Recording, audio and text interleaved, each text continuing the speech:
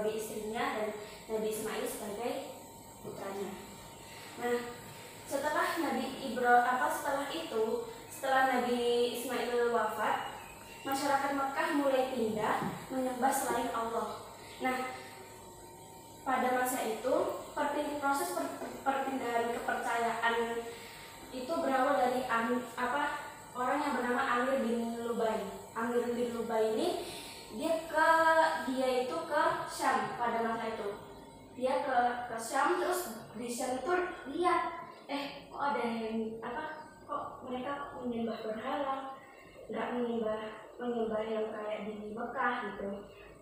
Tertariklah dia pelajari begini ya berhala ya. Tanya ke masyarakat Syam. Nah, mereka tuh tanya kenapa mereka menyembah berhala? Ya karena ini sebagai perantara. Berhala ini sebagai perantara untuk mengabulkan doa mereka. Nah, Amir bin Lubai ini tertarik dan mempelajari terus membawa berhala ke Mekah. Nah, berhala itu namanya Hubal yang diletakkan ke Ka'bah. Dan berhala Hubal itu menjadi pimpinan dari berhala Lata, Uzza, dan Manat. Nah, dia mengajarkan kepada masyarakat Mekah cara menyembah berhala, sehingga masyarakat Mekah meyakini bahwa berhala adalah perantara dari Tuhan. Sejak itulah mereka mulai membawa berhala, terus ada yang membuat berhala sendiri. Terus berhala-berhalanya itu mereka taruh di Ka'bah, mereka taruh di jalan-jalan ke Ka'bah, dan musim haji mereka itu mengelilingi sambil ada berhalanya. Dulu tuh Ka'bah itu semenjak Nabi Ismail wafat, terus itu Ka'bah itu tidak lagi bersih, tapi Ka'bah itu sudah dikelilingi oleh berhala. Nah, ketika melaksanakan haji, bangsa Arab melihat berhala-berhala di sekitar Ka'bah. Kaget dong, kok ada berhala di sini? Mereka bertanya alasan menyembah berhala. Para pembesar menjawab bahwa berhala-berhala tersebut merupakan perantara untuk mendekatkan diri kepada Tuhan. Wah, semakin berarti ini masyarakat di sana yang di luar Mekah, bangsa Arab di luar Mekah itu menganggap pembesar-pembesar di Mekah itu sebagai sebagai orang yang terhormat lah. Jadi ketika mereka bertanya mengapa mereka menyembah berhala, ya mereka tuh pas mereka bertanya, pas mereka menjawab, si pembesar-pembesar Mekah itu langsung mereka itu percaya bangsa Arab yang di sana, yang di luar Mekah. Karena bangsa Arab yang di luar Mekah itu menganggap Mekah itu sebagai kota suci. Nah, habis itu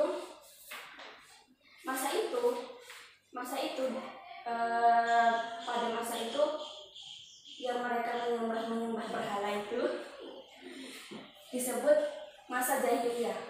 Kenapa jahiliyah? Bukan karena mereka bodoh dalam masa keilmuan atau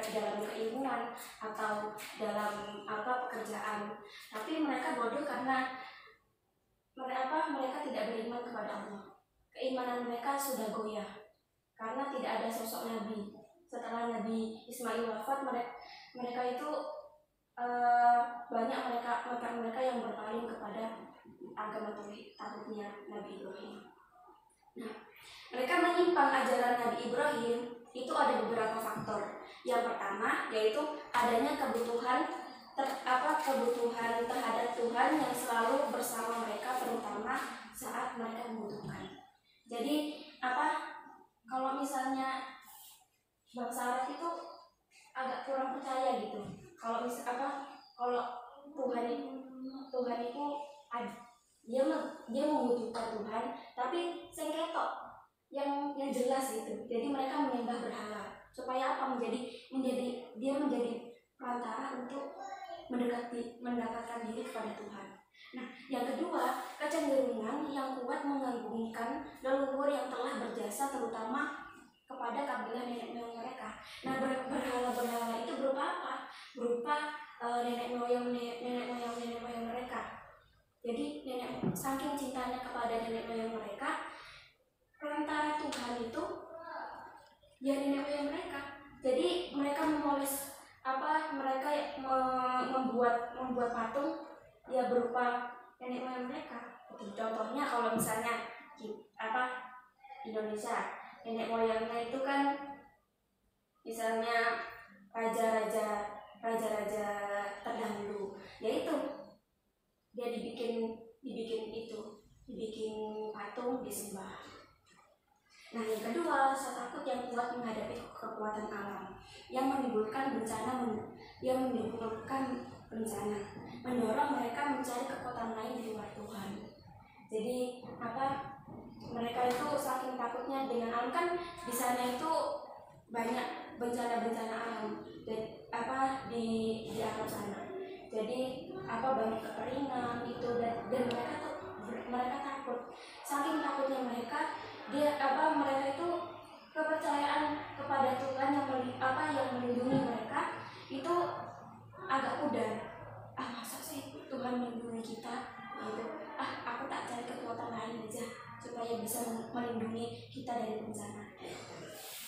Nah, di samping kepercayaan terhadap penyembahan berhala, ada kepercayaan lain yang berkembang di Mekah, yaitu menyembah malaikat.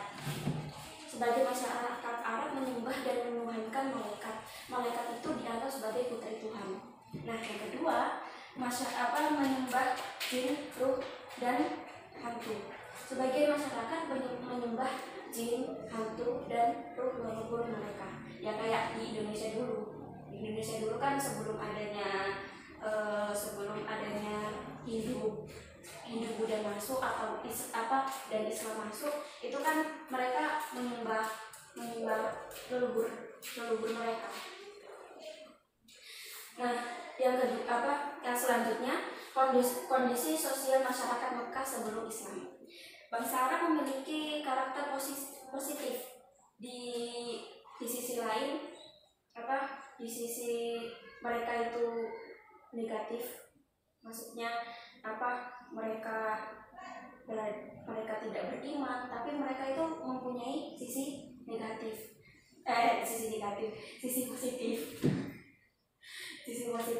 Nah, sisi positifnya itu seperti pemberani, ketahanan fisik, mereka itu kuat. Dan faktor alam juga yang membuat mereka kuat. Faktor alam. Kekuatan daya ingat juga bisa. Hormat akan harga diri dan martabat, penganut kebebasan, loyal terhadap pemimpin, pola hidup sederhana, ramah, ahli syair, dan sebagainya. Nah, tapi karakter baik mereka itu terkikis dengan karakter negatif mereka. Nah, karakter negatif mereka itu diantaranya berzina, terus habis itu banyak terjadi pembunuhan, habis itu berjudi, terus menganggap bahwa mereka yang laki-laki itu lebih tinggi derajatnya daripada perempuan, menjatuhkan derajat perempuan. Jadi perempuan di sana itu dianggap ya sebagai binatang peliharaan. Jadi kayak mereka tuh kalau misalnya suka sama perempuan ya dinikahi, habis itu pas udah nikahi terus bosen ya tinggal dicerai aja gitu. Nah, di zaman jahiliyah ini perempuan tidak ada harga dirinya sama sekali. Derajatnya mereka tuh jauh dibanding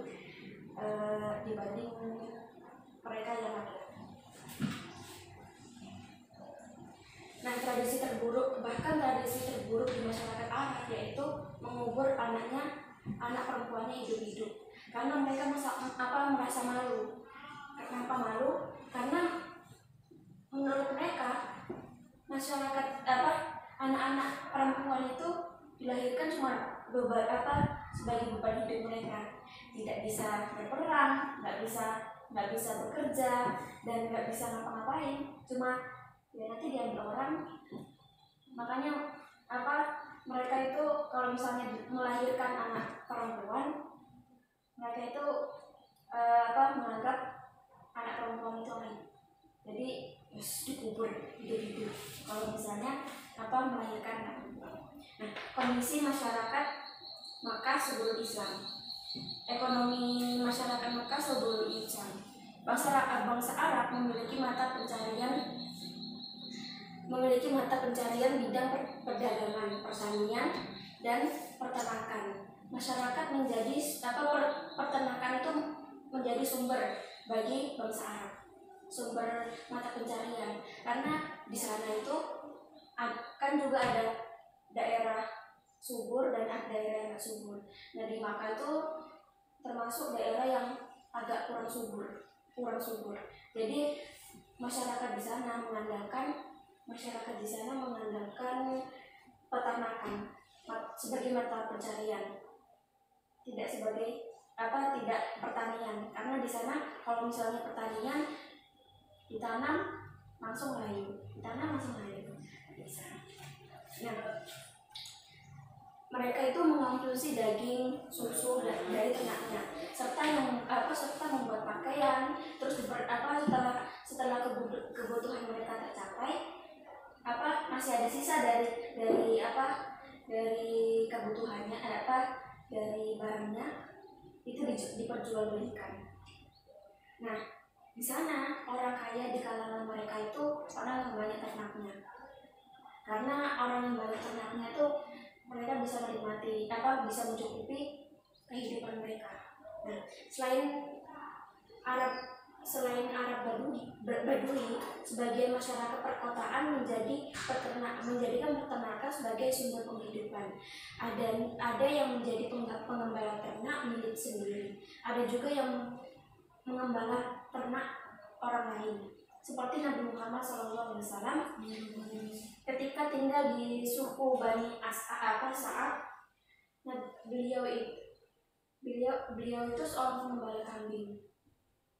Nah, adapun masyarakat perkotaan yang tinggal di daerah yang subur seperti Yaman, terus Taif, Madinah, Najd, Khaybar, atau yang lain, mereka menguntungkan ke pertanian.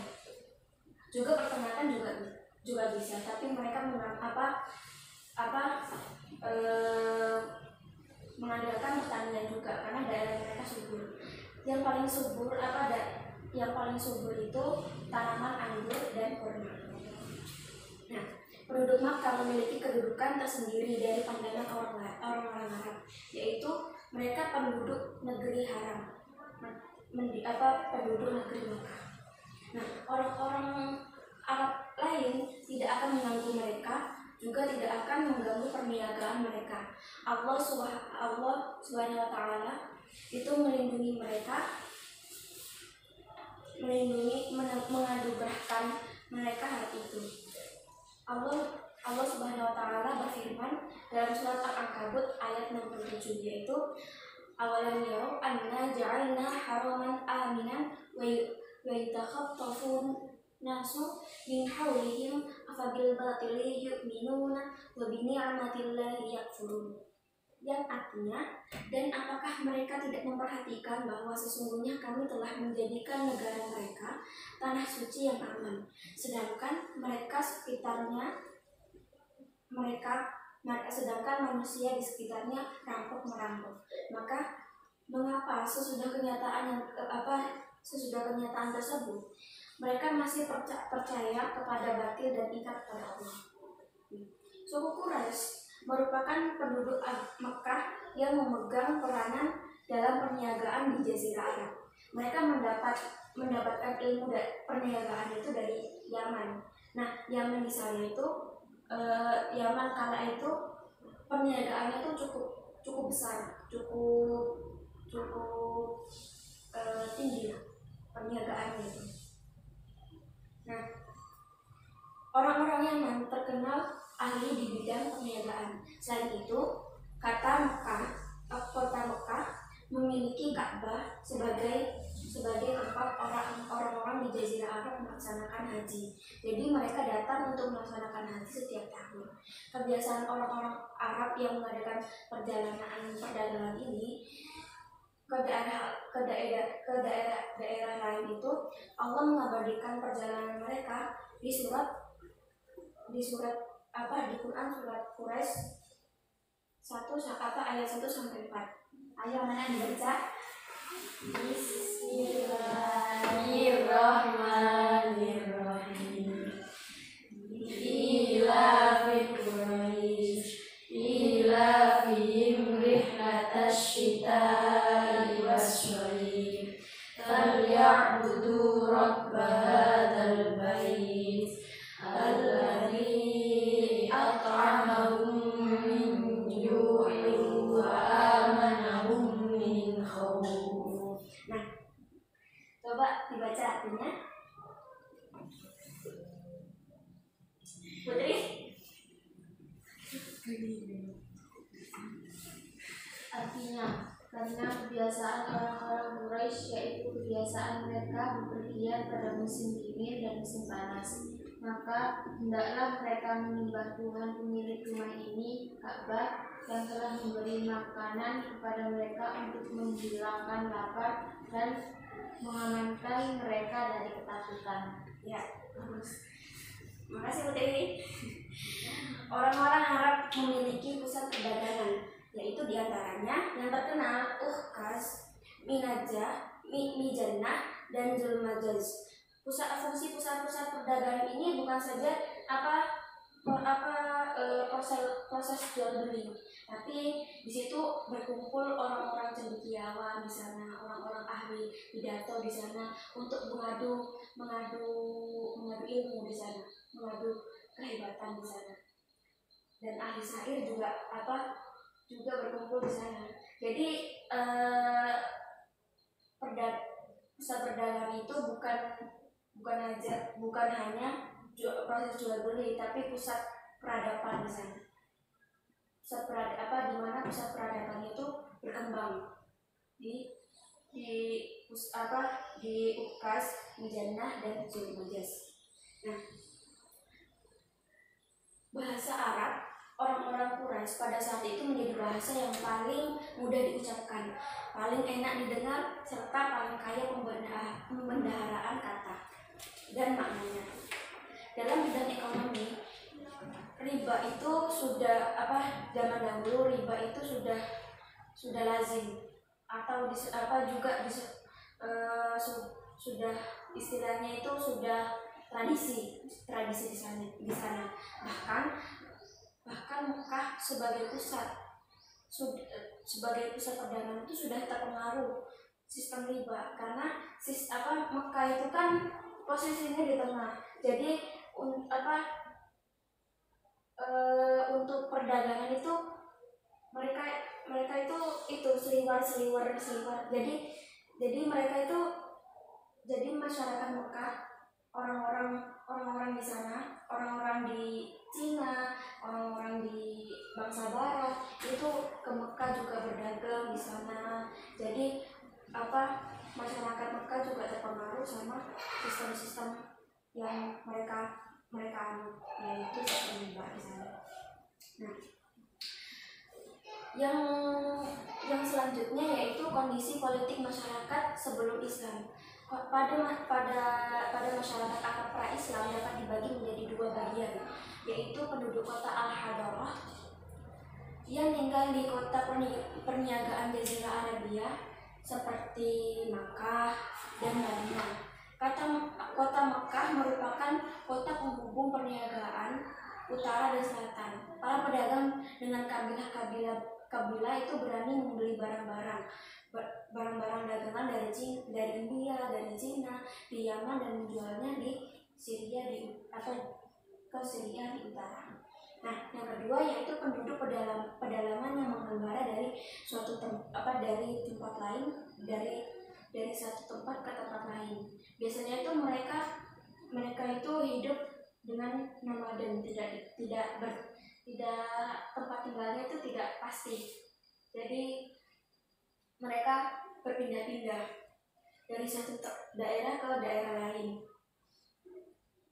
Dan mata pencarian mereka yang tepat bagi mereka yaitu memelihara ternak dan ternak domba dan unta. Sebelum datangnya Islam, ada 3 kekuatan politik besar yang mempengaruhi politik Arab, yaitu Kekaisaran Bizantium. Kekaisaran Bizantium itu Konstantinopel yang lain gitu. Nah, terus habis itu Kekaisaran Persia yang sekarang itu Iran. Habis itu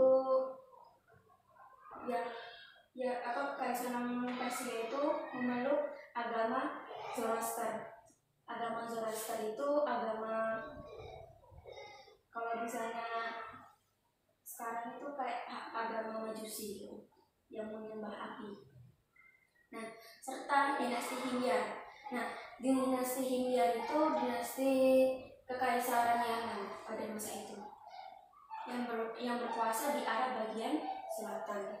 Kekaisaran Bizantium dari Kekaisaran Romawi Timur dengan ibu kota Konstantinopel merupakan bekas Imperium Romawi masa klasik.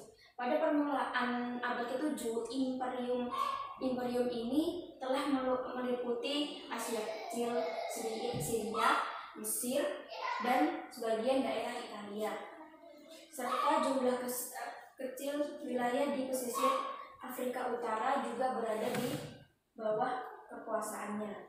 Sedangkan di Persia itu meliputi kota